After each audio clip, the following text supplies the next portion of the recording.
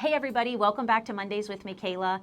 This week I'm really excited. We're going to start a new series. I know we talk a lot about young professionals who have been in the workplace for a little while, so we figured we'd actually take it back to a couple of key things to remember with your first job. So this week we're going to talk about the total compensation package and important questions you should be asking when you are getting those offer letters. And I think the number one thing to realize is that benefits are absolutely a part of your take-home pay. So when you're evaluating offer letters, I remember when I was in college, the number you hear is everybody brags about their starting salary. But if you're really being truly responsible when you're looking at those offer letters and truly comprehensive for your best benefit, you want to be what other benefits are provided. So asking what type of match you can get for a 401k and understand if you have to put in money to get the match or if it happens no matter what is a really big deal. Health insurance is a huge cost. I know you can usually stay on your parents until you're 26, but after that, health insurance is very, very expensive. So even a job that maybe pays you a little bit less, but offers compensation to help you pay for health insurance or it pays for your health insurance is a really big game changer. So if you're doing the math on how much your offers are actually worth, the cost of health insurance with or without an employer should absolutely be considered into that.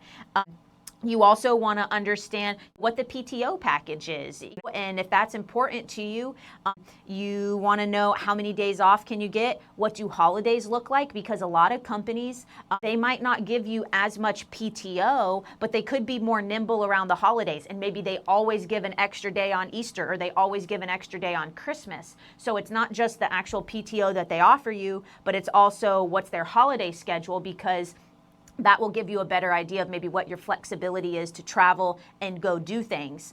Dental is not usually as big of a benefit in terms of being more widespread, but that'd be a huge perk. You want to understand how your bonus structures are set up if you have the opportunity for bonuses or commission. Understand the thresholds that need to be reached to achieve those. A lot of times certain benefits like maybe a 401k or health insurance, they don't kick in until you've been with the company for a little while. So you don't want to be blindsided by that. You want to understand if there's going to be any gaps, whether it's in your coverage or if you can contribute to a 401k.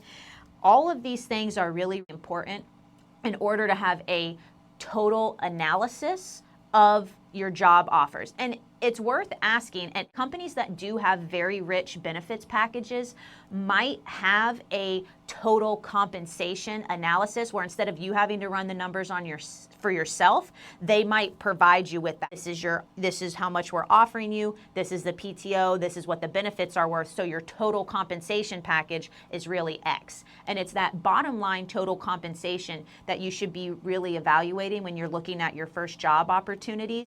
But I would say even more important than the compensation is going to be the culture and your opportunity for growth. Because most people with your first job, what you want it to be is provide you with a really good mentorship opportunity to grow and learn new skills to either continue to climb the career ladder with that company or with another company. And those aren't necessarily monetary benefits, but if you ever have heard take 2 steps forward or take 1 step backwards for 2 steps forward, I would say that also should come into play when analyzing a first job. There's compensation, there's benefits, but then there's opportunity for growth.